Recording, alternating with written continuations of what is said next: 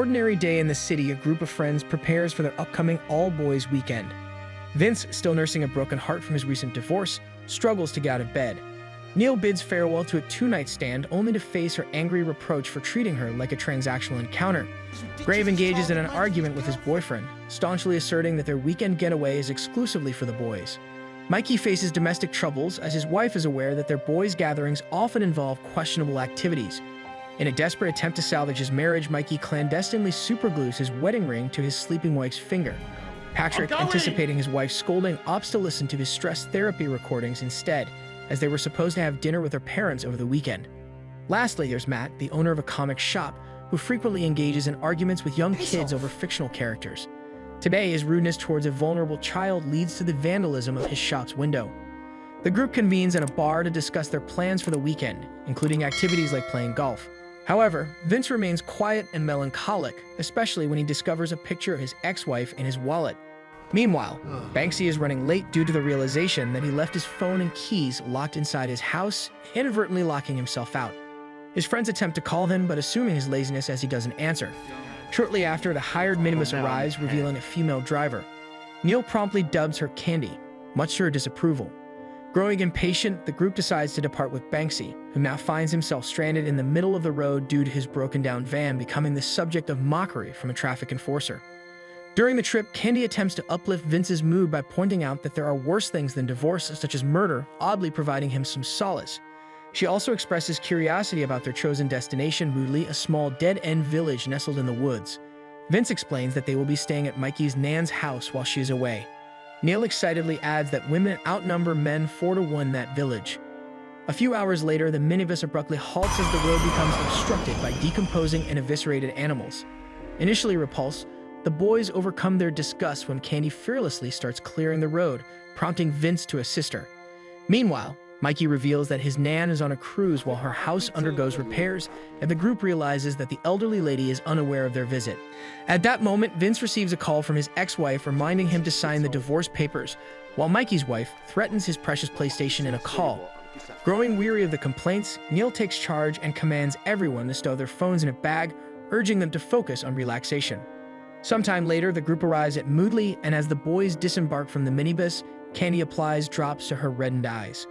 Although it's right before sunset, the village strangely appears deserted. They playfully kick a football they find, unaware of the dash of blood smeared on it. With no one in sight, Graham suggests that Mikey break into his Nan's house to prepare it for their stay, while the rest head to a nearby pub. On their way, Matt becomes intrigued by a peculiar shop named Burning Witch that displays all sorts of macabre items. He also notices campaign posters exclusively featuring a female politician endorsed by a laundry detergent brand, while the others have been torn down. Meanwhile, Mikey searches beneath garden gnomes in his Nan's yard for spare keys, oblivious to the severed hand on the lawnmower. After finding the keys, he finally notices a bloody handprint on the fence. Curiosity piqued, he peers over the fence and is horrified to discover a zombie bride feasting on something interesting. Spotting Mikey, she grabs an axe and begins chasing him. At the pub, Neil uses the restroom and overhears the woman in the adjacent stall emitting an excessive amount of blood, far beyond what one would expect during menstruation. Rejoining the group, he senses a putrid odor permeating the air. Unbeknownst to them, a decaying corpse lurks behind the bar. Since the pub staff ignores their presence, the group returns to find Matt witnessing a hooded beggar emerging down the road. Contemplating whether to offer her some coins, Sergeant Gavin suddenly ambushes the beggar, attempting to kill her with a knife. The guys rush to her aid, with Vince attempting to punch Gavin, but getting easily overpowered. Neil joins the skirmish and strikes the soldier's chest, only to be thrown off. In the chaos, the beggar snatches the knife and stabs Neil's hands. Vince retaliates by knocking out Gavin. Just then, Mikey arrives and smashes the beggar's head with a garden gnome, revealing her true horrifying nature as a zombie. Mikey explains that the village is facing a small-scale zombie apocalypse, pointing to infected women approaching them on the street. The group hastily retreats to the minibus, carrying an unconscious Gavin, only to discover that Candy has also been infected. Neil swiftly closes the minibus doors, and they decide to flee to Nan's house. On the way, they are horrified to encounter a disemboweled soldier impaled on a fence. Neil approaches the soldier to retrieve his gun, but to his dismay, the soldier reveals it is empty. He warns them not to venture into the woods, laughing when Vince inquires about its contents. Suddenly, the zombie bride appears behind the soldier, splitting his head in two. Overwhelmed with fear, the group sprints away, reaching Nan's house. However, Mikey struggles to locate the keys amidst his numerous pockets. Making use of paint buckets left by the builders, the group hurls them at the approaching zombies. Unfortunately, an infected hairdresser manages to get close enough to attack Matt. Fortunately, Vince intervenes by stunning the hairdresser with black paint, halting her attack. Finally, Mikey locates the keys and the group rushes into the safety of the house, causing the horde of zombies to retreat momentarily. Frustration consumes Vince as their weekend plans have been ruined and Neil attempts to call for help, only to discover his phone has no signal. Observing Neil's wound, Patrick hands him a damp towel, but notices that Neil is not exhibiting signs of turning into a zombie like the others they've encountered. Recognizing that all the zombies they've seen are women, Vince theorizes that something in the air is affecting only female bodies, leading to a different mode of transmission than the usual biting. At that moment, Neil glances out the window and is startled by a gathering of crows making a racket. Gavin awakens with a start, explaining that all the men from the village have perished. Matt speculates that it might be a biological weapon that spiraled out of control, but Gavin dismisses their inquiries, citing the information as classified. Tension mounts as the group demands more answers, but Patrick diverts their attention by announcing that the kettle is boiling and suggests they gather for tea like proper English gentlemen. Over tea, it is revealed that nobody has survived long enough in the village to search for a cure, and the majority of the zombie horde ventures into the woods in search of fresh prey. Desperate to escape, the group agrees that retrieving the minibus is their best option. Believing that women are drawn to him, they send Neil to lure Candy away from the vehicle. Utilizing the scent of his wound, Neil successfully entices Candy out of the minibus, allowing the rest of the group to quickly board. Unfortunately, as they start the engine, two zombies unexpectedly emerge from behind the back seats. The group frantically flees once again. Patrick attempts to retrieve the bag with the phones, but finds himself in a tug-of-war with a zombie until the strap snaps, causing him to lose the bag. The other zombie attacks him with an axe, but Patrick evades the blow and races towards a nearby billboard. The pursuing zombie manages to wound Patrick's leg with the axe, but he perseveres and climbs up the billboard beyond their reach. Upon inspecting the bag, Patrick is disheartened to discover golf balls instead of the phones they desperately need. Meanwhile, the remaining members of the group find themselves surrounded by zombies in the street with no apparent means of escape. However, Patrick seizes the opportunity and begins hitting golf balls like baseballs, using them to distract the zombies and provide a temporary reprieve. Vince and Matt take refuge in a toy shop while Gavin, Graham, and Mikey enter an apparel store. Neil, determined to contribute to the fight, gathers the scattered golf balls and hurls them at the zombies once more before seeking shelter in a house adjacent to the church. However, just as he enters, someone unexpectedly knocks him unconscious. Inside the toy store, Vince realizes that they forgot to lock the door and must fend off a zombie that nearly crashes through. Meanwhile, Matt becomes engrossed with the collector editions of toys, but is particularly intrigued by the abundance of nitro fluid typically used for radio-controlled cars. He pours some of the fluid onto the zombie's hand and ignites it using Vince's lighter.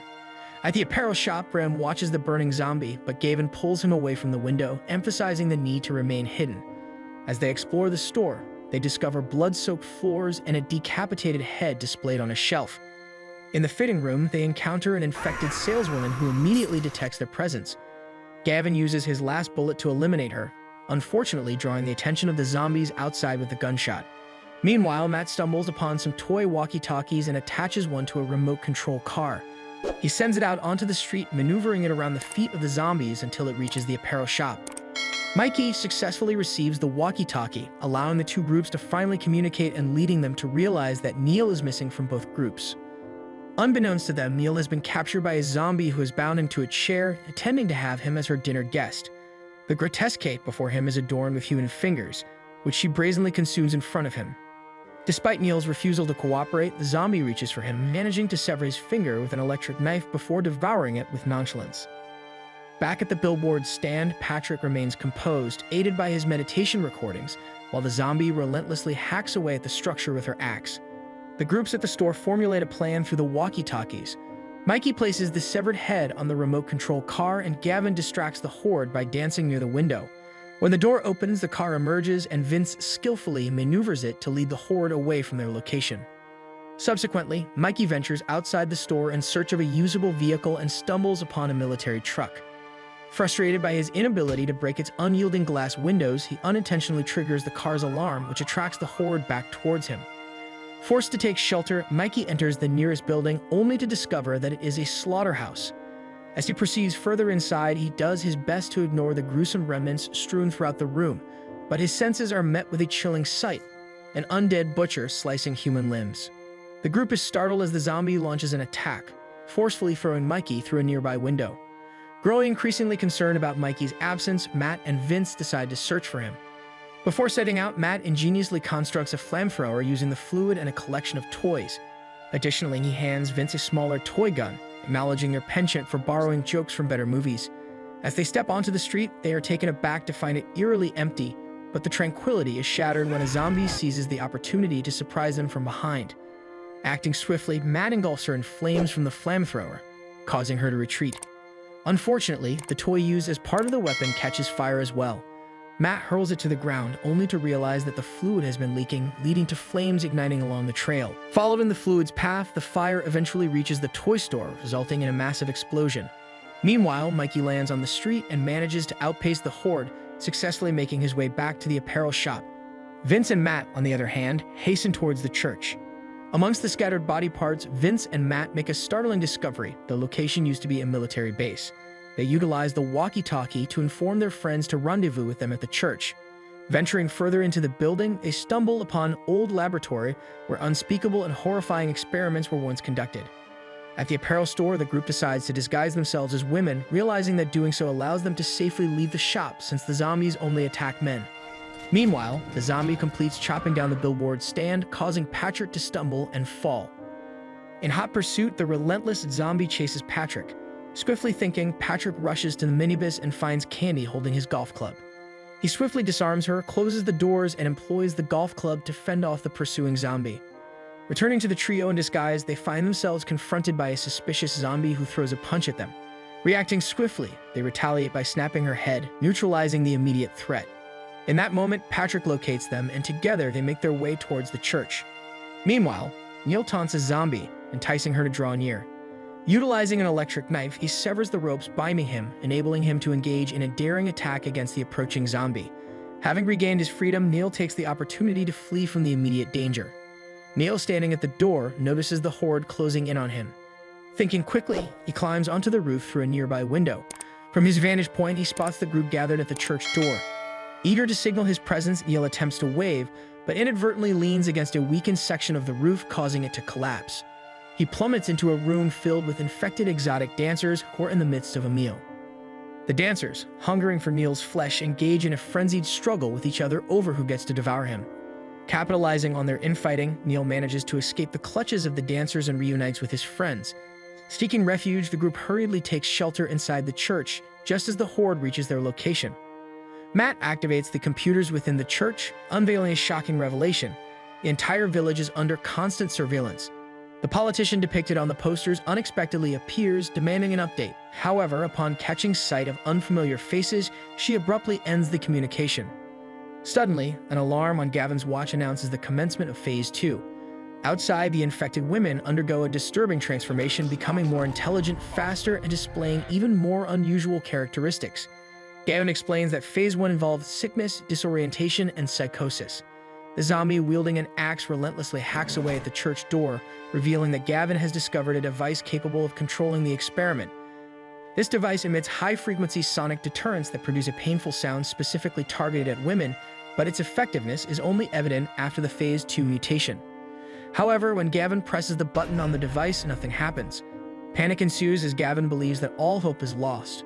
Neil scolds him, emphasizing that the experiment he was executing on behalf of the misguided politician is responsible for the dire situation they now face. In a sudden turn of events, Matt discovers a box filled with wash powder, unveiling the truth: the politician was merely a delivery person distributing free wash powder contaminated with the virus to every household. Suddenly, Gavin begins coughing up blood and succumbs to his infection, revealing Mikey's infected Nan standing behind him. Overwhelmed by grief, Mikey must witness Matt surprising his own infected Nan from behind, using a golf club to deliver a fatal blow. Traumatized by the act he was forced to commit, Matt seeks solace in the laboratory, desiring some time alone. Concerned for his friend, Vince follows him, intending to offer comfort and support. However, as Vince approaches Matt, he is horrified to witness the Burm zombie attacking and ultimately killing his friend. Vince heads back to the group to deliver the tragic news, inciting a furious Mikey to seek revenge on the zombie. Unaware of the zombie lurking inside the minibus, Banksy finally arrives at Moodley. Meanwhile, the group joins forces to combat the zombie. and with a coordinated effort, they manage to restrain her while Mikey ultimately dispatches her with her own weapon.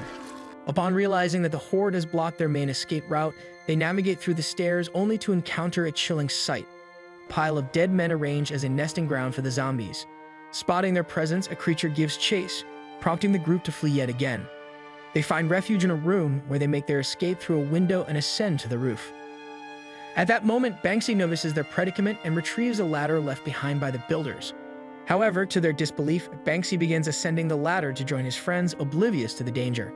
Despite scolding him for his recklessness, they manage to convince him to help by moving the ladder and using it to reach the neighboring roof. Safely across, they are still apprehensive due to the zombies lurking on the ground below. Graham, however, lags behind, attempting to block the door to impede the approaching horde. Despite his efforts, some zombies overpower him, causing Graham to rush toward the ladder. Unfortunately, a zombie intercepts him, causing him to plummet as they move the ladder, leaving Graham at the mercy of the hungry horde. The remaining friends navigate the roof, descending to the ground where they discover Banksy's arrival in a small rental car. Emotions run high, and the group descends into argument, attempting to assign blame. Patrick interrupts the squabble, confessing his desire to prolong his life. Before he can finish speaking, another zombie swiftly kills him. Returning to the minibus, they open the doors only to be confronted by an aggressive Candy. However, Candy hesitates upon seeing Vince's face, allowing Vince to strike her with a punch. With Neil's assistance, they subdue Candy, but another zombie approaches Banksy and fatally wounds him with a broken bottle.